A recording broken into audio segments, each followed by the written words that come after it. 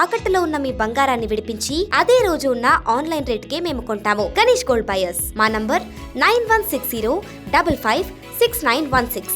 Sir చెప్పండి, అసలు నేను కూడా షాక్ అయ్యాను యాక్చువల్గా. మీరు జాగృతిలో చేరడము అండ్ మీ సతీమణి గారు కూడా ఇప్పుడు సూర్యాపేట ఇన్ఛార్జ్ గా ఉన్నారు. సో జాగృతి తరపున నాకు తెలిసినంత వరకు మీరు మంచి మంచి కనెక్షన్స్ ఉన్నాయి. మీరు సీనియర్ మోస్ట్ జర్నలిస్ట్ అంటే మాకన్నా కూడా, అంటే అఫ్ కోర్స్ మీ అందరి డైరెక్షన్లో మేము కూడా కొంతమంది నడుస్తూ ఉన్నాము.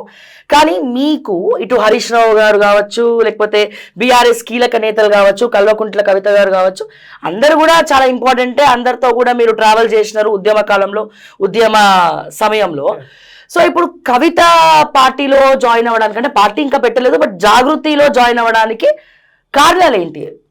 ప్రధానంగా మీరు అడిగినటువంటి ప్రశ్నలో నేను చెప్పదలుచుకున్నది ఏమిటంటే, ఇక్కడ తెలంగాణ సబ్బండ వర్గాలు కలిసి నడిచినటువంటి ఒక ప్రపంచం గుర్తించినటువంటి ఉద్యమం, ఇక్కడ ఆత్మగౌరవ ఉద్యమం జరిగింది, ఇక్కడ అస్తిత్వ పోరాటం జరిగింది.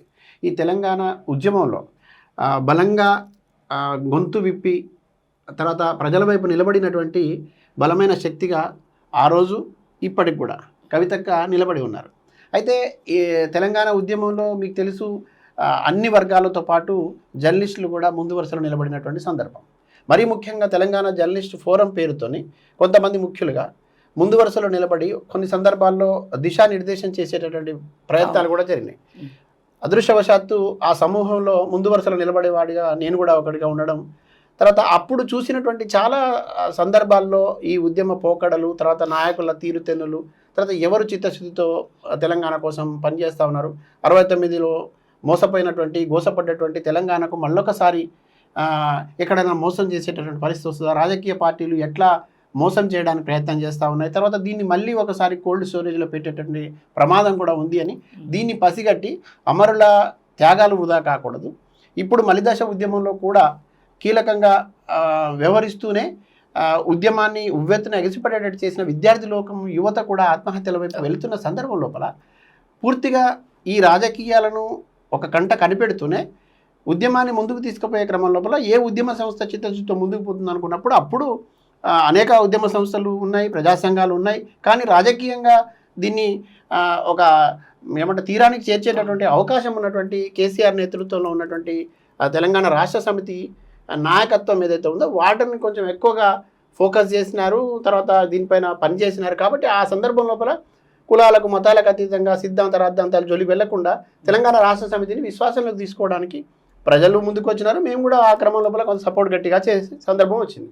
మీరు అన్నట్టు అందరితో పరిచయాలు ఉన్నాయి, అందరితో సాన్నిహిత్యం ఉంది.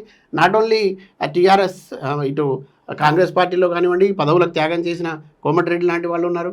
తర్వాత కొంతమంది మధ్యలో మేము ఇంకా తెలంగాణ వాదం ఎత్తుకోకపోతే మాకు రాజకీయ భవిష్యత్తు ఉండదని కొంతమంది నాగం జనార్దన్ రెడ్డి లాంటి వాళ్ళు చాలామంది ముందుకు వచ్చినటువంటి సందర్భం ఉంది. అప్పుడు ఇక్కడ మనం ఇప్పుడు మాట్లాడుకోవాల్సిన సందర్భం వచ్చినప్పుడు రాష్ట్రం వచ్చింది, 10 ఏళ్ల పాలన కొనసాగింది, అయినా కూడా ఇంకా ఆకాంక్షలు మిగిలి ఉన్నాయి, అయినా కూడా ఇంకా తెలంగాణ వాదులు అనుకుందామా, తెలంగాణ ఉద్యమకారులు అనుకుందాం, వాళ్ళ కోరికలు ఇంకా మిగిలి ఉన్నాయి, వాళ్ళు కోరుకున్నటువంటి స్వప్నం నెరవేరలేదన్న ఒక భావన కనపడుతుంది.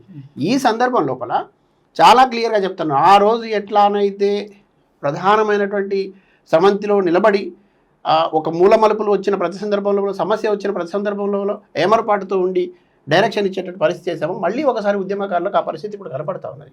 ఈ 10 ఏళ్ల పాలనలో జరిగినటువంటి కొన్ని మంచి జరిగినా కొన్ని తప్పిదాలకు సంబంధించి అంశం వచ్చినప్పుడు ప్రజలందరూ కూడా ఈ ప్రభుత్వాన్ని తిరస్కరించే పరిస్థితి వచ్చినప్పుడు ఇప్పుడు ఈ 2 ఏళ్ళుగా కాంగ్రెస్ ప్రభుత్వం వచ్చిన తర్వాత మళ్ళీ తెలంగాణ మీద జరుగుతున్నటువంటి వివక్ష, తర్వాత తెలంగాణను విధ్వంసం చేసేటటువంటి పరిస్థితి, మళ్ళీ తెలంగాణ అమరుల ఆకాంక్షలకు వ్యతిరేకంగా వెళ్తున్నటువంటి సందర్భం ఉంది.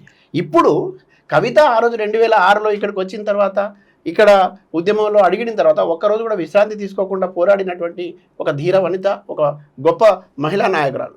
ఆమె చాలా సందర్భాల్లో అధికారంలో ఉన్నప్పుడు ఇప్పుడు కూడా కొన్ని ప్రశ్నలు సంధిస్తూ వస్తూ ఉన్నది, కొన్ని సందేహాలు చెప్తా వస్తూ ఉన్నది, కొన్ని సమస్యల్ని అధిష్టానం దృష్టికి తీసుకెళ్తే ప్రయత్నం చేస్తూ ఉన్నది. వీటన్నిటిని కూడా గమనిస్తూ ఉన్నవాళ్ళం.